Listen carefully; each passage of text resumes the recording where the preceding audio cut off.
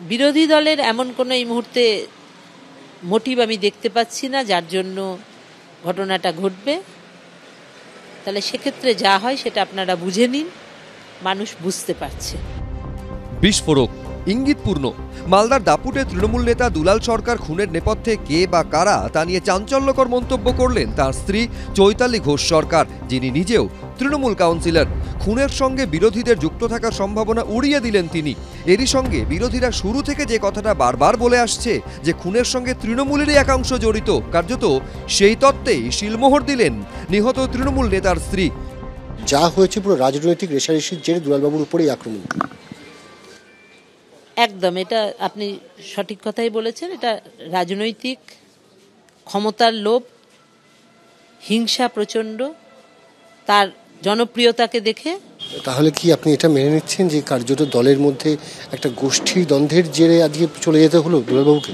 না, দেখুন, আমি গোষ্ঠী দ্বন্দ্ব বলবো না, আমি বলবো কিছু মানসিক বিকৃত মানুষ যারা রয়েছে আমাদের দলে আছে তারা করেছে। এটা গোষ্ঠী দ্বন্দ্ব নয়। এই মানুষরা যে দলেই যায় সেখানে গিয়েই তাদের লোভ চরিতার্থ করার চেষ্টা করে। বৃহস্পতিবার সকালে তাড়া করে পয়েন্ট ব্ল্যাঙ্ক রেঞ্জ থেকে গুলিতে ঝাঁঝরা করে দেওয়া হয় মালদা জেলা তৃণমূলের সহসভাপতি এবং ইংরেজবাজার পুরসভার দীর্ঘদিনের কাউন্সিলর দুলাল সরকারকে। তারপর থেকে 5 দিন কেটে গিয়েছে। 5 জনকে গ্রেফতার করা হলেও বারবার প্রশ্ন উঠছে, খুনের নেপথ্যে মাথাকে, খুনের মোটিভ কি? কাউকে আড়াল করা হচ্ছে না তো? এই প্রসঙ্গেই চাঞ্চল্যকর দাবি করলেন নিহত তৃণমূল নেতার স্ত্রী। এখানে বড় বড় মাথা আছে, এক নয় একাধিক জন রয়েছে যারা এই ঘটনাটা ঘটিয়েছে। আর বিভিন্ন দিকে ডাইভার্ট করার জন্য কিছু মানুষ তাদের যারা মানুষ তারা চেষ্টা করছে ঘটনাটাকে অন্যদিকে নিয়ে যাওয়ার জন্য, কিন্তু সে চেষ্টা তাদের ব্যর্থ। কারণ মানুষ খুব ভালো করে জানে কে বা কারা কেন করেছে। দিনে দুপুরে খুন করা হচ্ছে শাসক দলের দাপুটে নেতাকে, আর এই প্রসঙ্গে তার স্ত্রী যা বলছেন তা নিঃসন্দেহে তৃণমূলের পক্ষে অস্বস্তিজনক।